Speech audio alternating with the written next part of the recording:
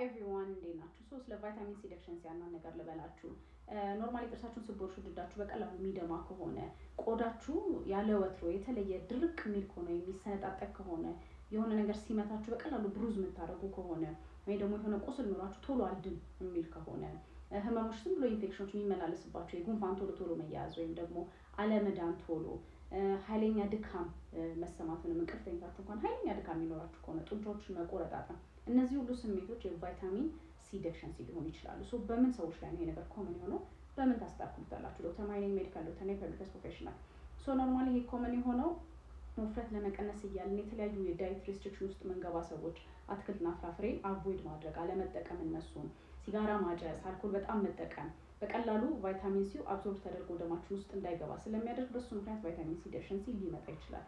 አንዳንድ የተለያዩ ደግሞ ህመሞች ሊኖሩ ይችላሉ። ቫይታሚን ሲ አብዞርፕሽን የሚቀንሱ ህመሞች ደግሞ አሉ። በሱ ምክንያትም ሊመጣ ይችላል። ሶ በምን ታስተካክሉታላችሁ? ያው የታወቀ ነው። ምግባችሁን በማስተካከል ዳይታችሁን በማስተካከል ያልኳችሁ ነገር አቮይድ በማድረግ ማለት ነው። ሶ ምግቦቻችን ይሄ ቫይታሚን ሲ በደንብ የሚገኙበት ነገሮች ብርቱካንና ሎሚ ከፍ ያለ መጠን አላቸው ቫይታሚን ሲ። ከሱ ውጪ ደግሞ ቲማቲም፣ ቃሪያዎች፣ የተለያዩ ቃሪያዎች፣ አረንጓዴ ይሄ ሰላጣ፣ ጎመን የምንላቸው ደግሞ ቅጠላ ቅጠሎች በአጠቃላይ ቫይታሚን ሲ በደንብ ይይዛሉ።